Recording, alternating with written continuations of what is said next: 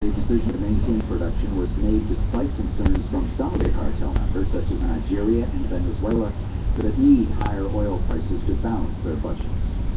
A BC Supreme Court judge has dropped several contempt charges against dozens of protesters arrested at anti-pipeline protests on Burgundy Mountain near Vancouver. A lawyer for Kinder Morgan today asked the judge to expand an injunction that was used to arrest more than 100 people. But that was denied, and instead most of the contempt charges were dropped. That's because the company acknowledged the GPS coordinates used in the initial injunction application were inaccurate. The experimental Ebola vaccine, developed in part at Canada's microbiology lab, was injected today into the first Canadian volunteers. Other trials of the vaccine are already underway in the U.S. and Switzerland. The Halifax clinical trial will determine whether the vaccine is safe enough to move on to further studies in Africa. It doesn't use the Ebola virus, just an Ebola gene. As our health reporter Pauline Dakin explains, people in Halifax were anxious to play a part.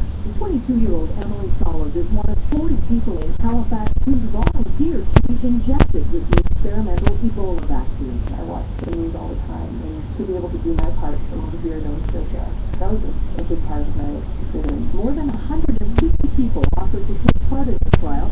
The researchers behind it are amazed.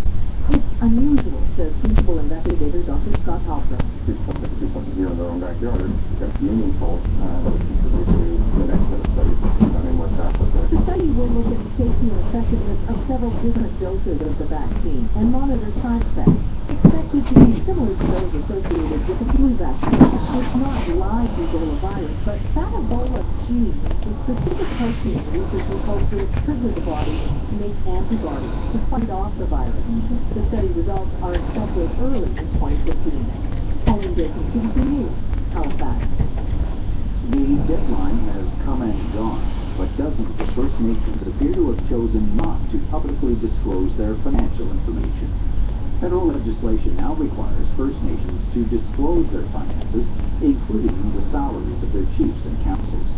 As Aaron Collins reports in Calgary, refusing to comply could come with some serious consequences for those communities. About 90% of First Nations who were required to publicly disclose more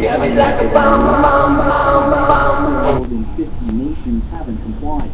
Roland Swain is the chief of Northern Alberta's Sawridge First Nation, who says that making his band's finances public is bad for business. We are not privy to other private business financials. It doesn't seem to us that it puts us in a level playing field. Wallace Fox, Saskatchewan's Onion Lake First Nation, has said further Fox band will challenge the act in court. But Clayton enthusiast who grew up on the Onion Lake Reserve says he'd like his band's finances to be public. I want to know where my money is going. So that money should be used for us young people and the community. The question now is what the federal government will do with the nations who've chosen not to file.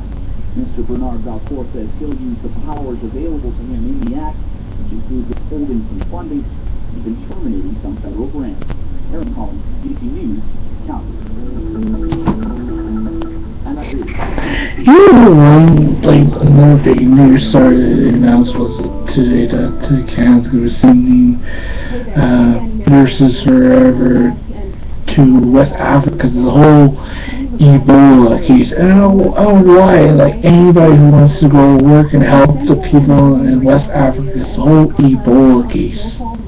That is so stupid, because there was one guy that already inherited this disease, this Ebola disease, and he somehow made it to America and died. And now it's like everybody else who inherits it, it's the most stupidest thing ever.